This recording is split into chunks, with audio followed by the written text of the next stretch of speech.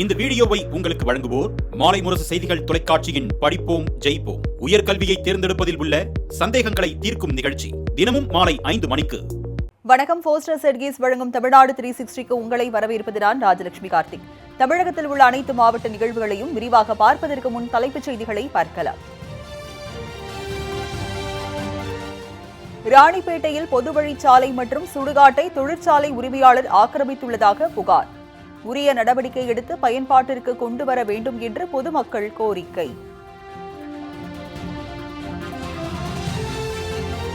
திண்டுக்கல் அரசு மருத்துவமனை மகப்பேறு பிரிவு பகுதியில் வழிந்தோடும் கழிவுநீர். கர்ப்பிணி பெண்கள், பச்சிளம் குழந்தைகள், நோயாளிகள் கடும் அவதி.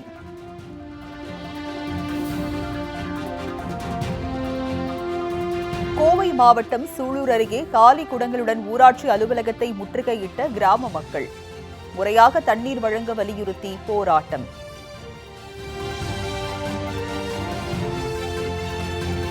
செய்யாறு கம்பன் நகர் கால்வாயில் கழிவுநீர் தேங்கி நிற்கும் அவலம். தொற்று நோய் ஏற்படும் அபாயம் உள்ளதாக கூறி பொதுமக்கள் சாலை மறியல். அடிப்படை வசதிகள் இல்லாத வால்பாறை சுற்றுலா தலம். சுற்றுலா பயணிகளின் அவதிகளை விளக்கும் செய்தி தொகுப்பு.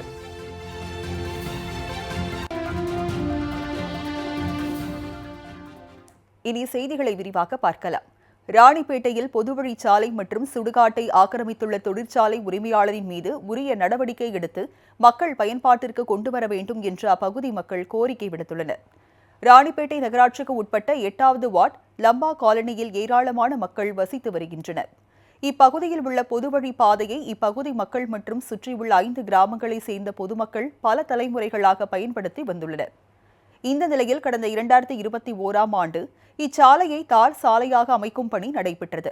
இதனை தடுத்து நிறுத்திய அப்பகுதியை சேர்ந்த தொழிற்சாலை உரிமையாளர் பொதுவழி பாதை தனக்கு சொந்தமானது என்று கூறி ஆவணங்களை காண்பித்துள்ளார். அத்துடன் அப்பகுதியில் உள்ள சுடுகாட்டு பகுதியையும் ஆக்கிரமிப்பு செய்துள்ளதாக அப்பகுதி மக்கள் புகார் தெரிவிக்கின்றனர். பொதுவழி பாதை மற்றும் சுடுகாட்டு பகுதியை முறைகேடாக பத்திரப்பதிவு செய்துள்ள நபர் மீது உரிய நடவடிக்கை எடுத்து பொதுவழி மற்றும் சுடுகாட்டு பகுதியை மீட்டுத்தர வேண்டும் என்று அப்பகுதி மக்கள் கோரிக்கை விடுத்துள்ளனர். திண்டுக்கல் அரசு மருத்துவமனை மகப்பேறு பிரிவு பகுதியில் கழிவுநீர் வழிந்தோடுவதால் நோயாளிகள் அவதிக்குள்ளாகி வருகின்றனர். திண்டுக்கல் அரசு மருத்துவக் கல்லூரி மருத்துவமனையில் ஒருங்கிணைந்த மகப்பேறு மற்றும் பச்சிளம் குழந்தைகள் தீவிர சிகிச்சை பிரிவு அமைந்துள்ளது. இங்கு சுற்றுவட்டார பகுதிகளை சேர்ந்த பெண்கள் பிரசவத்திற்காகவும் பச்சிளம் குழந்தைகள் சிகிச்சைக்காகவும் வந்து செல்கின்றனர்.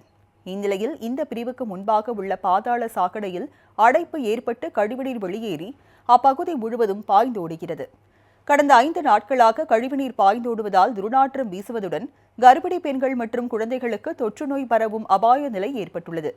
அத்துடன் மருத்துவர்கள், நோயாளிகள், உறவினர்கள் என அனைவரும் மூக்கை பிடித்துக் கொண்டு செல்ல வேண்டிய நிலை ஏற்பட்டுள்ளது. எனவே அடைப்பை சீரமைத்து தேங்கி நிற்கும் கழிவுநீரை அகற்றி சுத்தம் செய்ய வேண்டும் என அனைத்து தரப்பு மக்களும் கோரிக்கை விடுத்துள்ளனர். தாய்மார்கள் வார்டுகள் இருக்கக்கூடிய முன்பகுதியில் இந்த திட்ட பாதாள சாக்கடை என்பது அடைப்பெடுக்க முடியாம நம்பி கீழே வலிஞ்சு போகக்கூடிய ஏற்பாடு. இதை யார் சரி செய்யறதுன்னு சொல்லி மாநகராட்சி நிர்வாகத்திட்ட முறையிட்டாக்க அவங்க நாங்க செய்யறோம் சொல்லி எந்த வேலையும் செய்யல. பொதுமக்கள் நாங்க இலவச சிகிச்சைக்காக தான் வரோம். ஒண்ணு எல்லாருமே வரி கட்டுறோம். இந்த அரசு மருத்துவமனையுடைய கடமை என்பது இங்க எல்லா மக்களுக்கும் உரிய சுகாதாரம் வழங்க வேண்டிய பொறுப்பு என்பது இந்த அரசு நிர்வாகத்துக்கு இருக்கு. வந்தாக ஏதோ ஏனோதானோ கவனிக்கக்கூடிய ஏற்பாட்டுல விட்டுறக்கூடாது அப்படிங்கறதுதான். செய்யாறு கம்பன் நகர் கால்வாயில் கழிவுநீர் தேங்கி நோய் தொற்று ஏற்படுவதாக புகார் கூறி அப்பகுதி மக்கள் சாலை மறியலில் ஈடுபட்டனர். திருவண்ணாமலை மாவட்டம் செய்யாறு கம்பன் நகர் பகுதியை ஒட்டி புறவழிச்சாலை அமைக்கும் பணியின் போது கம்பன் நகர் பகுதி கால்வாயை மூடிவிட்டதால் கழிவுநீர் செல்ல வழியின்றி தேங்கி நிற்கும் நிலை ஏற்பட்டுள்ளது. இதனால் அப்பகுதி முழுவதும் துர்நாற்றம் வீசுவதுடன் சுகாதார சீர்கேடு நிலவி வருகிறது. இதுகுறித்து பலமுறை புகார் அளித்தும் நடவடிக்கை எடுக்காததால் ஆத்திரமடைந்த அப்பகுதி மக்கள் செய்யாறு ஆற்று பாலத்தில் சாலை மறியலில் ஈடுபட்டனர். இதனால் போக்குவரத்து பாதிக்கப்பட்ட நிலையில் வாகன ஓட்டிகள், பொதுமக்கள் பெரிதும் பாதிக்கப்பட்டனர்.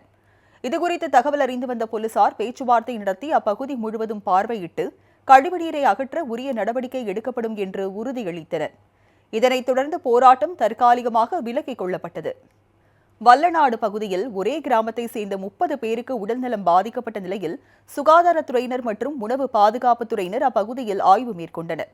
தூத்துக்குடி மாவட்டம் வல்லநாடு கிராமத்தில் கடந்த 2 தினங்களுக்கு நடைபெற்ற கோயில் திருவிழாவில் அசைவ உணவுகள் பரிமாறப்பட்டுள்ளது. இந்நிலையில் உணவு சாப்பிட்ட பலருக்கு வாந்தி வயிற்றுப்போக்கு ஏற்பட்டு மயக்கமடைந்துள்ளனர். இதில் 30 பேர் அரசு மற்றும் தனியார் மருத்துவமனைகளில் அனுமதிக்கப்பட்டு சிகிச்சைக்கு பின் வீடு திரும்பினர். இந்நிலையில் வல்லநாடு கிராமத்தில் சுகாதாரத்துறையினர் மற்றும் உணவு பாதுகாப்புத்துறையினர் தீவிர கண்காணிப்பில் ஈடுபட்டுள்ளனர். அப்போது தாமிரபரணி நீரால்தான் சுகாதாரக்கேடு ஏற்படுவதாக பொதுமக்கள் புகார் தெரிவித்த நிலையில் அதிகாரிகள் அங்குள்ள மேல்நிலை நீர்த்தேக்க தொட்டியின் நீரை ஆய்வுக்காக எடுத்து சென்றனர். மேலும் வீடு வீடாக சென்று குடிநீர் ஆய்வும் மேற்கொண்டனர். சூலூர் அருகே முறையாக தண்ணீர் வழங்க வலியுறுத்தி பொதுமக்கள் காலி குடங்களுடன் ஊராட்சி அலுவலகத்தை முற்றுகையிட்டனர்.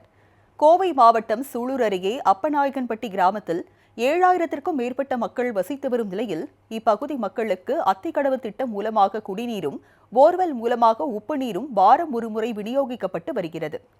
இந்நிலையில் கடந்த சில மாதங்களாக மாதம் ஒருமுறை மட்டுமே குடிநீர் மற்றும் உப்பு நீர் விநியோகிக்கப்பட்டு வருவதால் பொதுமக்கள் அவதிக்குள்ளாகி வருகின்றனர். இதுகுறித்த கிராம சபை கூட்டத்திலும் புகார் அளித்த நிலையில் நடவடிக்கை எடுக்கப்படாததால் ஆத்திரமடைந்த மக்கள் காலி குடங்களுடன் ஊராட்சி அலுவலகத்தை முற்றுகையிட்டு போராட்டத்தில் ஈடுபட்டனர். தகவல் அறிந்து அங்கு வந்த குடிநீர் வடிகால் வாரிய அதிகாரிகள் சீரான குடிநீர் மற்றும் உப்பு நீர் வழங்க நடவடிக்கை மேற்கொள்வதாகவும் கூடுதலாக ஒரு மேல்நிலை நீர்த்தேக்க தொட்டி மற்றும் போர்வெல் அமைத்து பற்றாக்குறை இல்லாமல் தண்ணீர் வழங்க நடவடிக்கை எடுப்பதாகவும் உறுதியளித்தனர். இதனைத் தொடர்ந்து பொதுமக்கள் கலைந்து சென்றனர். சிவகாசியில் அங்கன்வாடி மையத்திற்கு தங்களது சொந்த செலவில் விளையாட்டு உபகரணங்களுடன் விளையாட்டு பூங்கா அமைத்துக் கொடுத்த தம்பதியினருக்கு கிராம மக்கள் நன்றி தெரிவித்துக் கொண்டனர். விருதுநகர் மாவட்டம் சிவகாசி அருகே உள்ள சங்கரலிங்கபுரம் கிராமத்தில் அங்கன்வாடி மையம் செயல்பட்டு வருகிறது. இங்கு 30க்கும் மேற்பட்ட குழந்தைகள் கல்வி பயின்று வருகின்றனர்.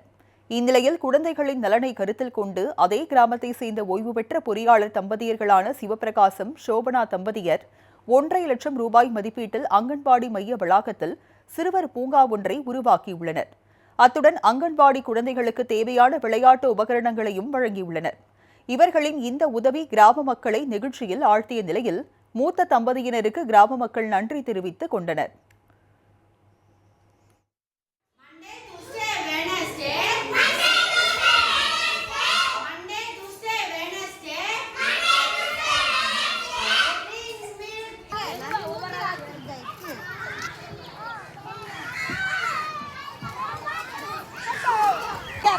இங்க ஒரு ஆடு அங்க ஒரு ஆடு அங்க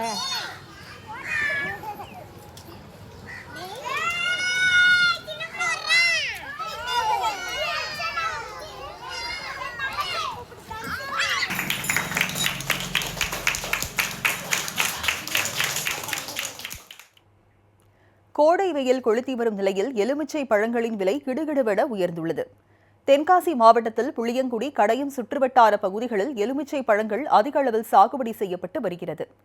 இந்நிலையில் கோடை வெயிலின் தாக்கம் நாளுக்கு நாள் அதிகரித்து வரும் நிலையில் கோடை வெப்பத்தை தணிக்கும் வகையிலும் நீர்சத்து குறைபாடால் ஏற்படும் பாதிப்புகளை தவிர்க்கும் வகையிலும் எலுமிச்சை ஜூஸ் மற்றும் பழச்சாறுகளை பருகி வருகின்றனர். இதனால் எலுமிச்சை பழங்கள் தேவை தொடர்ந்து அதிகரித்து வருகிறது. இதன் காரணமாக எலுமிச்சை பழங்களின் விலை கிடுகிடுவென உயர்ந்துள்ளது. தரத்திற்கு ஏற்ப தற்போது எலுமிச்சை பழங்களின் மொத்த விலையில் கிலோ 100 முதல் 120 வரை விற்பனையாகி வருகிறது. விளைச்சலும் தற்போது நன்றாக இருப்பதால் விவசாயிகள் பெரும் மகிழ்ச்சி அடைந்துள்ளனர். புளியங்குடி எலுமிச்சை பழத்திற்கு புவிசார் குறியீடு வழங்கப்பட்டுள்ள நிலையில் தமிழ்நாடு மட்டுமல்லாது கேரளா உள்ளிட்ட அண்டை மாநிலங்களிலும் நல்ல வரவேற்பு உள்ளதால் எலுமிச்சை விவசாயிகள் மகிழ்ச்சி அடைந்துள்ளனர்.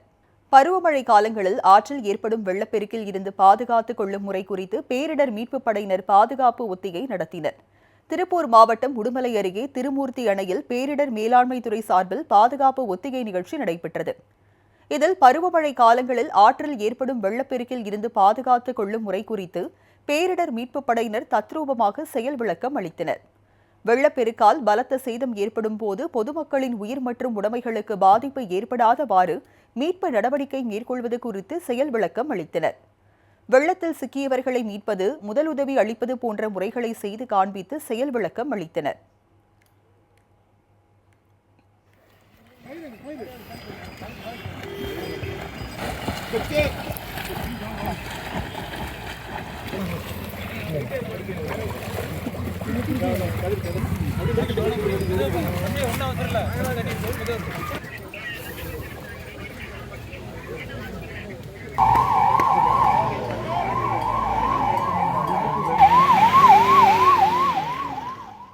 போஸ்டர் செட்கீஸின் தமிழ்நாடு 360யில் அடுத்து வருவது உங்கள் ஊர் நிகழ்வுகளை விரைவாக வழங்கும் உள்ளூர் எக்ஸ்பிரஸ்.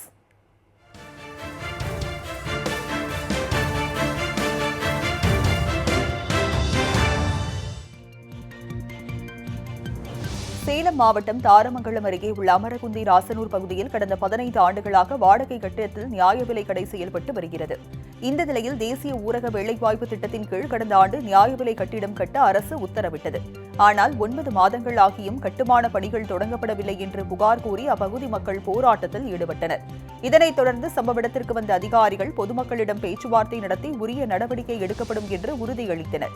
இதனை ஏற்று அப்பகுதி மக்கள் போராட்டத்தை கைவிட்டனர். ஒரு மாத காலத்திற்குள் அங்கே இருக்கிற மரத்தை, நம்ம ராசனூர் கல்லங்காடு பகுதியில் இருக்கிற அந்த மரத்தை அகற்றிவிட்டு ஒரு மாத காலத்திற்குள் அந்த கட்டிடப் பணியை நாங்கள் துவங்குகிறோம் என்கிற உறுதியை நம்முடைய ஆணையாளர் அவர்கள் தெரிவித்துகிறது காரணத்தினால் இந்த போராட்டம் கைவிடப்படுகிறது. அதே சமயம் இன்னும் ஒரு மாத காலத்தில் அந்த பணியை துவங்கவில்லை என்று சொன்னால் நானே முன்னின்று நம்முடைய ஆட்களை வைத்து அந்த கடையை அந்த இடத்திலே கட்டுவேன் என்கிற உறுதியையும் இந்த நேரத்திலே உங்களிடத்தில் அன்போடு தெரிவித்துக் கொள்கின்றேன். திண்டுக்கல் மாவட்டம் கொடைக்கானல் சுற்றுலா தலங்களில் கருமந்தி குரங்கை கண்டு சுற்றுலா பயணிகள் புகைப்படம் எடுத்து மகிழ்ந்தனர். கொடைக்கானல் மலைப்பகுதிகளில் சுற்றுலா பயணிகள் வருவது வழக்கம். இந்நிலையில் அரிய வகை குரங்கு இடத்தில் ஒன்றான கருமந்தி குரங்கை சுற்றுலா பயணிகள் பார்த்து புகைப்படம் எடுத்தனர். மேலும் சோலை மரங்களும் வனப்பகுதிகளும் அழிந்து வருவதால் பாதுகாக்கப்பட வேண்டிய வனவிலங்குகள் மக்கள் வசிக்கும் பகுதிக்கு வருவதாக சமூக ஆர்வலர்களிடையே அதிர்ச்சியை ஏற்படுத்துகிறது.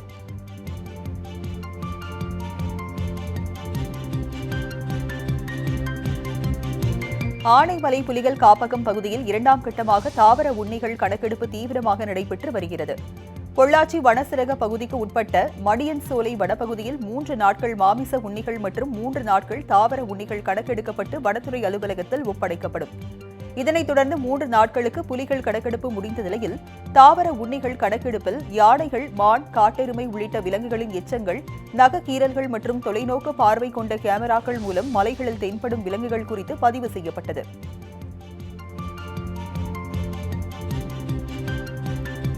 விருதுநகர் மாவட்டம் சிவகாசி அருகே நடைபெற்று வரும் ரயில்வே மேம்பால பணிகள் வரும் டிசம்பர் மாத இறுதிக்குள் முடிவடையும் என தெரிவிக்கப்பட்டுள்ளது. சிவகாசியிலிருந்து ஸ்ரீவில்லிபுத்தூர் செல்லும் சாட்சியார்புரம் சாலையில் 61 கோடி ரூபாய் மதிப்பீட்டில் ரயில்வே மேம்பாலம் அமைக்கும் பணிகள் நடைபெற்று வருகின்றன. தற்போது இருப்பு பாதைக்கு மேலே அமையும் பாலத்திற்காக தலா 40 டன் எடை கொண்ட 5 இரும்பு தளவாடங்களை ராட்சத கிரேன் மூலமாக பொருத்தும் பணி நடைபெற்று வருகிறது.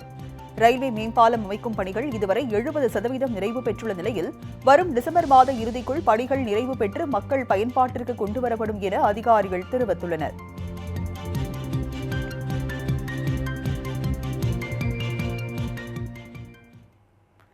போஸ்டர் செட்கீஸ் வழங்கும் தமிழ்நாடு 360யில் மாவட்டங்களில் நடந்த விளையாட்டு செய்திகளை வழங்க வருகிறது விளையாட்டுக் களம்.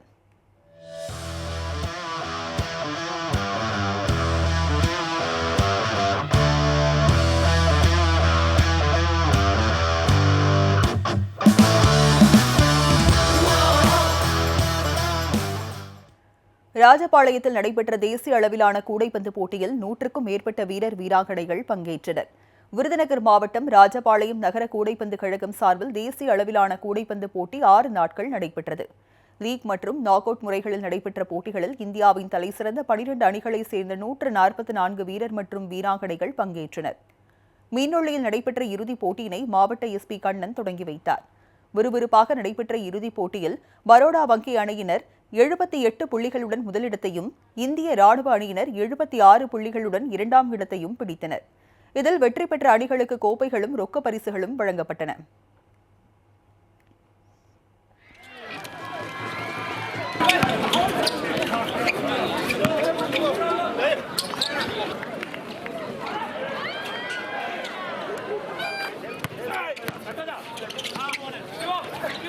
Sir.